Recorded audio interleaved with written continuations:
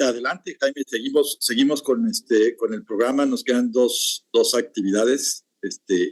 Ahora te digo que nos vamos hasta la ciudad de Washington con un personaje hablando de la historia de las conferencias regionales sobre responsabilidad social. No podemos pensar en eso sin un nombre, ¿no? El nombre de Antonio Vives, que durante muchos años fue cabeza de las conferencias interamericanas de responsabilidad social desde el Banco Interamericano de Desarrollo y que ahora nos ha hecho el honor de venir y dar una conferencia magistral con las lecciones aprendidas en este quinto congreso. Jaime. Adelante con Antonio Vives, excelente lo que va a participar, lo que va a contribuir, así que estamos ya todos atentos para escucharlo.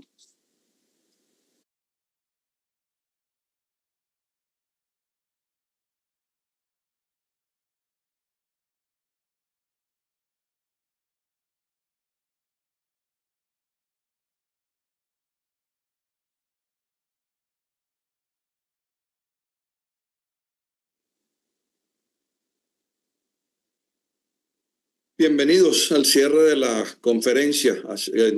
Creo que ha sido una conferencia, primero, extraordinaria, por la verdad. La verdad es que el contenido lo estuve mirando en el programa y es extraordinario. Se ha hablado de prácticamente de todo. Y bueno, yo muy agradecido porque me permiten hacer este cierre de la conferencia, muy honrado. Después de apreciar toda la extensa cobertura de esta conferencia, había pensado que era imposible añadir nada, pero después de meditarlo, creo que hay un aspecto que merece ser destacado, no tanto por lo que he oído de la conferencia, sino por la experiencia que tengo en estos temas. Estoy seguro que la gran mayoría de los ponentes y los participantes tenemos algo en común, y es que queremos contribuir a la mejora de la sostenibilidad empresarial. De ahí la razón de ser, en cierta forma, de la conferencia y todos nuestros intereses. Eso es lo que tenemos en común, cada uno a su manera, cada uno de acuerdo con su especialización. Habrán hablado de a dónde deberíamos llegar a la sostenibilidad empresarial para que sea más efectiva y beneficiosa para la sociedad. Todos tenemos ideas de cómo mejorar la situación actual. Hemos cubierto el espectro desde regulaciones a las funciones del Chief Sustainability Officer, desde economía circular a liderazgo, financiamiento sostenible, comunicación efectiva, cultura empresarial, etcétera, etcétera, etcétera. Lo que todo esto tiene en común es que nos gustaría lograr cambios. Esto requiere cambios. No estamos contentos con el status quo. Todo lo que hacemos, yo mismo que ahora que estoy hablando y ustedes que han hablado en toda la conferencia, lo que de hecho se está hablando es de que cambiar. Sin embargo, la mayoría de las veces cuando hablamos de mejorar la sostenibilidad empresarial, no pensamos en el proceso del cambio. Nos concentramos en el punto de llegada. ¿A dónde queremos llegar? Son pocos los que se preocupan de cómo lograr ese camino para llegar allí. Consciente o inconscientemente, pensamos que el cambio es casi automático. De hecho, muchas veces ni pensamos. Debería ser así, porque eso es un poco el denominador común que tenemos. Nos gustaría que fuera así, pero no nos interiorizamos en cómo hacemos para llegar desde dónde estamos en este momento hasta dónde queremos llegar. Muchas veces pensamos, como le digo, que el cambio es casi automático. Queremos ir de un estado de sostenibilidad a otro y difícilmente analizamos el proceso y los cambios que se tienen que hacer para lograrlo. Es como si quisiéramos hacer un viaje de un lugar a otro. Nos concentramos en el destino, estamos ilusionados con llegar, ya estamos pensando en lo que vamos a disfrutar cuando lleguemos al lugar, pero ninguno de nosotros se iría en uno de estos. Bueno, lo hacemos, pero lamentablemente no deberíamos sin haber buscado cuál es el camino, cuáles son los medios posibles de transporte, cuál es la velocidad posible en cada uno de ellos, dónde está lo más seguro, cuáles son las características de las vías, los posibles obstáculos que encontramos en el camino, cómo vencerlos, rutas alternativas en caso de que haya alguna complicación, recursos necesarios que tenemos que llevar, dinero, cartas de crédito, etcétera, etcétera. Pero cuando nosotros vemos esto en los cambios de la sostenibilidad, no pensamos en estas cosas, solamente pensamos, mira, estoy aquí y quisiera ir a este otro lugar, quisiera lograr este otro punto. Me encantaría estar en el hotel bañándome en la playa, pero tenemos que considerar todo el proceso. Entonces, de cómo ir de un estado a otro, de un estado de la sostenibilidad a otro, que tenemos que considerar 6 factores. El punto de partida, muchas veces pensamos que lo conocemos, pero no necesariamente es así. El trayecto, o sea, el contexto en el cual ese cambio va a ocurrir, los obstáculos a vencer, los recursos necesarios para hacerlo, la velocidad con la cual lo podemos hacer, y el destino, vale decir a dónde queremos llegar, vale decir la profundidad del cambio. Entonces, el objetivo que queremos lograr no puede ignorar el trayecto, pero la ambición por lograr el objetivo suele nublar la vista muchas veces y en muchas actividades cotidianas se parte del objetivo a alcanzar y se ignoran o se subestiman, sobre todo se subestiman las dificultades para llegar. Y es muy común en el caso de la sostenibilidad empresarial de que estamos apurados. Queremos aprovechar de que ahora la cosa está en cierto momento, ha ido adquiriendo cierto impulso, tiene cierta inercia y queremos llegar lo más rápido posible, hacer los mayores cambios posibles para poder lograr ese otro el punto de llegada donde queremos el óptimo, no el óptimo, pero el ideal que buscaríamos en cierta forma. Pero hay una velocidad que es conducente con el trayecto a recorrer, con las condiciones de la carretera, por decirlo. Los promotores de la sostenibilidad, yo incluido, promovemos un ideal, muchas veces sin considerar que el punto de partida a veces no permite llegar a ese ideal. La situación actual de la empresa, que muchas veces la sobreestimamos. Pensamos que porque no tenemos toda la información dentro de la empresa y tampoco la tenemos sobre el contexto que rodea a la empresa, y muchas veces creemos que estamos en una situación relativamente más favorable, que tenemos más recursos, que la gerencia está de acuerdo con el cambio que queremos lograr, que todo el mundo dentro de la empresa está de acuerdo con el cambio que queremos lograr, que todos remamos en la misma dirección. Y lamentablemente no es así. El punto de partida muchas veces lo tendemos a sobreestimar, lo cual nos puede obviamente dificultar el logro de ese camino que queremos llegar. Y muchas veces, sobre todo los promotores del cambio, muchas veces los consultores, queremos que se haga todo y rápido. Y cuando viene un fracaso, porque lo hay, se le da la culpa a la empresa de que no lo implementó bien. Nosotros lo dijimos perfectamente bien cómo se tenía que hacer el cambio en la sostenibilidad. Usted quería llegar a neutralidad de carbono, nosotros le dijimos cómo se hacía. Usted quería llegar a diversidad de género, nosotros le dijimos cómo lograr esa diversidad de género. Pero muchas veces, si queremos llegar muy lejos y muy rápido, no es que no pasa nada. No es que el fracaso no tiene costo, el fracaso tiene un costo elevadísimo y es el que conduce a la frustración y al abandono de los esfuerzos. Esto ocurre muchísimo, sobre todo en las pymes. En las empresas más grandes pues tienen una idea, una visión relativamente más amplia de todo esto y están probablemente más preparados. Pero muchas veces los consultores les recomendamos a las pymes que hagan una cantidad de cosas que no tienen los recursos para hacerlo. Muchas veces recomendamos cambios de la sostenibilidad empresarial cuando la cultura de la empresa no es conducente a lograr esos cambios. Y lo mismo sucede con los reguladores. Los reguladores, en especial los europeos, que en realidad los seguimos mucho en América Latina y obviamente en España, pues han sacado un vendaval de regulaciones, la taxonomía, las estrategias, los estándares, marcos para el reporte, regulaciones de los fondos y calificadoras de inversiones sostenibles, protección del consumidor, y todo con una obsesión de lograr el ideal lo antes posible. No vaya a ser que alguien se nos atraviese y no... Pero lo que sucede muchas veces es que se subestima la capacidad de la institución, la capacidad, en este caso, de la población en general o del grupo empresarial, de que se va a lograr. Y, por ejemplo, en el caso que muchos de ustedes deben conocer, el caso que tuvieron que echar para atrás, que afortunadamente sí se aprobó, que es el caso de la diligencia de vida, la directriz de diligencia de vida. La directriz de diligencia de vida es un caso muy dramático, o muy ilustrativo, más que dramático, muy ilustrativo de un camino que querían recorrer muy rápido y llegar muy lejos. Les voy a hablar un poquito más adelante sobre cuál fue el problema de eso, pero es ilustrativo. Queremos llegar muy rápido, muy lejos, y muchas veces pues tenemos oposiciones. no es que no debemos tener ambición, por Dios que tenemos que tener ambición para lograrlo, no es que uno se va a contentar con menos, no, tenemos que tener ambición, pero esa ambición debe ser adecuada, debe ser consona con el contexto en el cual se opera. El contexto es sumamente importante. Los árboles muchas veces nos impiden ver el bosque. Estamos concentrados y abrumados por la tarea que tenemos a mano, que no levantamos la vista para ver todo lo que hay. Tenemos un sesgo en cierta forma, que es cuando queremos lograr algo, tenemos un enfoque del problema. Nos concentramos en cuál es el problema. Entonces tenemos una visión relativamente sesgada, no sesgada, estrecha, de qué es lo que hay que hacer. No nos levantamos para ver cuál es el bosque, no nos levantamos para ver todo el entorno, no nos levantamos para ver cuáles son las opiniones de los dirigentes, cuáles son los recursos gerenciales que tenemos, cuál puede ser la oposición, cuáles son la posición de los reguladores, etcétera, etcétera. Tenemos que pasar de un enfoque de problema, si queremos el cambio en la sostenibilidad empresarial, tenemos que pasar de un enfoque de problema a un enfoque de contexto. Se debe ampliar la mira. No solo para ver a dónde se quiere llegar, que es lo que suele hacerse, sino cómo, cuándo y cuál es la factibilidad de alcanzar el objetivo, el punto de llegada.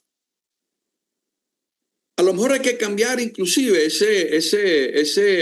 la idea de tener un elevado impacto, como fue el caso de la directiva de la diligencia de vida. A veces tendremos, una vez que analizamos ese contexto, podemos llegar a ver que con toda nuestra ilusión y con todo lo que nos gustaría ver, el punto de llegada está muy lejos. El punto de llegada no es factible con el cochecito que tenemos. No es compatible con la velocidad a la cual podemos llegar. No es compatible con los recursos que tenemos. Entonces, a veces tenemos que tener una visión un poquito menos que la ideal, lo cual es muy difícil. Que los promotores que queremos el cambio en la sostenibilidad, es muy difícil que digamos, no, tomémoslo un poco más con calma, vayamos a una velocidad menor, pero sí logremos alguna parte del objetivo. No, queremos ir con todo y corremos el riesgo de estrellarnos en esa carretera, ya sea por falta de recursos, ya sea por los obstáculos que nos van a poner. Y, por ejemplo, pongo un ejemplo de todo esto. No comprarías un apartamento analizando con cuidado su costo, configuración, facilidades de la construcción, sin analizar además los vecinos del edificio, el vecindario, lo que pasa de día, lo que pasa de noche en el entorno, sin conocer la calidad y distancia de las escuelas, sin ver cómo sería el tráfico para ir de tu casa al trabajo. Bueno, si todavía vas al trabajo, si no trabajas desde tu casa, no basta con analizar el apartamento si tiene el número de habitaciones que necesito. ¿Quieres analizar todo esto? No te vayan a sorprender después con que resulta que para ir de tu casa al trabajo te va a tardar mucho más tiempo, porque eso es el contexto. El apartamento era resolver el problema, era comprarnos el apartamento para ir a vivir, pero para verlo, para hacerlo, tenemos que ver no solamente ese punto de llegada, sino el contexto en el cual todo esto está operando.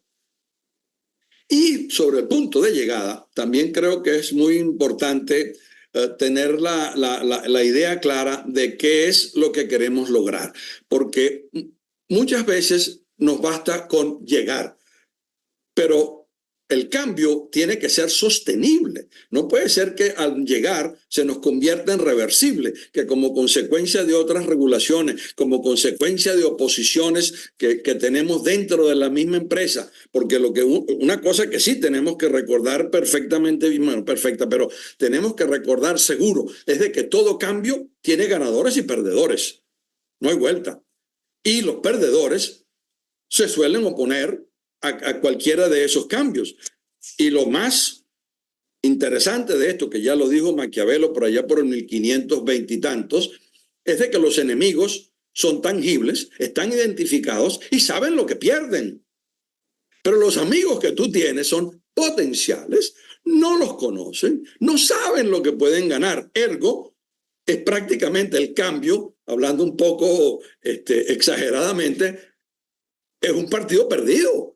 Porque los enemigos están mucho más preparados que tú para sabotearte el cambio que los enemigos. Entonces, lo que quiero decir con esto, no es que vamos a abandonar nada, sino por favor, sepas cuáles son tus enemigos, sepan lo que les duele, sepas algunos mecanismos compensatorios que tienes que darle, que les tienes que informar muy precisamente de lo que pretendes lograr, cómo lo pretendes lograr y por qué lo pretendes lograr, y obviamente tratar de obtener la colaboración de esos enemigos y eventualmente mostrarles que después del cambio en esta sostenibilidad van a tener algunas ventajas. Recuerdo cuando yo trabajaba en el banco, teníamos un gran esfuerzo por el tema de diversidad de género. Bueno, había una gran cantidad de hombres que no les gustaba para nada el tema de la diversidad de género, porque muchos de los concursos para nombrar un jefe de división o un gerente partían del sesgo de que querían una mujer. Y cuando los hombres candidatos se daban cuenta o lo sabían que partían de cierta desventaja, pues saboteaban como en la medida de lo posible. Entonces, no quiero decir que la solución es sencilla, no lo es. Lo que quiero decir es que tenemos que tener en cuenta de que cada cambio va a tener muchos enemigos, son conocidos, saben quiénes son, saben lo que pierden, y los amigos que tienen pues son menos, en general son menos, lo que se benefician suelen ser menos, y los beneficios son para ellos menos tangibles porque son hipotéticos, porque el cambio todavía no ha ocurrido. En tanto, para los que pierden, sí saben lo que pierden porque saben lo que tienen. Entonces, tenemos que tener mucho cuidado con todo este contexto, y ese es básicamente el mensaje que quiero dar, que sí, tenemos que promover todos estos cambios, pero tenemos que tener en cuenta toda esta serie de consideraciones, el trayecto a recorrer, los recursos que tenemos, la cultura de la organización, todo el contexto sobre todo en el cual estamos operando. Por ejemplo, vuelvo al caso de la directriz de diligencia de vida que quería aprobar la Comisión Europea y que después se encontró con la oposición de países como Alemania, Italia, en realidad no de países, obviamente que es de países porque el comité en el cual se aprobaba estaban representados países, pero no, eran las agrupaciones empresariales las que habían hecho todo el cabildeo porque le habían mostrado a los países que eso tenía costos financieros, ergo, eso sí sabían lo que iban a perder. ¿Y quién iba a ganar con la diligencia de vida? Era la sociedad, porque íbamos a tener cadenas de suministro probablemente donde se respetaban los derechos humanos, donde se respetaban las regulaciones ambientales, donde se respetaba, se contribuía a la mejora de la sociedad. Pero quienes eran afectados eran visibles, quienes eran beneficiados eran intangibles, era la sociedad. Nosotros los que habíamos empujado, algunos burócratas en Bruselas que consideraban que si lograban la aprobación salían en una foto, con todos contentísimos, con una gran sonrisa. Pero el tema no era que, y en este caso más grave todavía, porque el tema no era aprobar la regulación, no era llegar al hotel. No era el punto de llegada lo que tenía importancia, era lo que sucedía después. ¿Era esto sostenible? ¿Iban las empresas a obedecer esas regulaciones? ¿Iban a hacer esas regulaciones factibles? Bueno, resultó que con los reclamos o para lograr la aprobación, algunos dirán que chantaje. Puede ser. Lo que hicieron fue los enemigos ejercieron su poder. Y los amigos no eran prácticamente inexistentes, eran intangibles. Éramos nosotros, tú y yo, pero no fuimos a Bruselas. Bueno, sí, algunas ONG sí fueron a Bruselas, obviamente, a promover y a empujar este tipo de regulaciones. Pero lo importante es que se implementen. Entonces, lo que queremos no es la aprobación de la regulación. Lo que queremos no es tener más mujeres en el Consejo. Lo que queremos es que las mujeres en el Consejo sean respetadas, que influyan en las decisiones, que las dejen hablar, que las dejen actuar. La meta de tener el 20% o el 30% de mujeres en el Consejo no es la meta que debemos perseguir. La meta que debemos perseguir es el impacto que podemos tener. O en la directriz de la diligencia de vida era: mejorarán las cadenas de suministro, la gestión de los recursos humanos, la gestión del medio ambiente, etcétera, etcétera. En el directorio mejorarán las decisiones, dará lugar a eso, a de que mejore las condiciones del resto de las mujeres que están dentro de la empresa.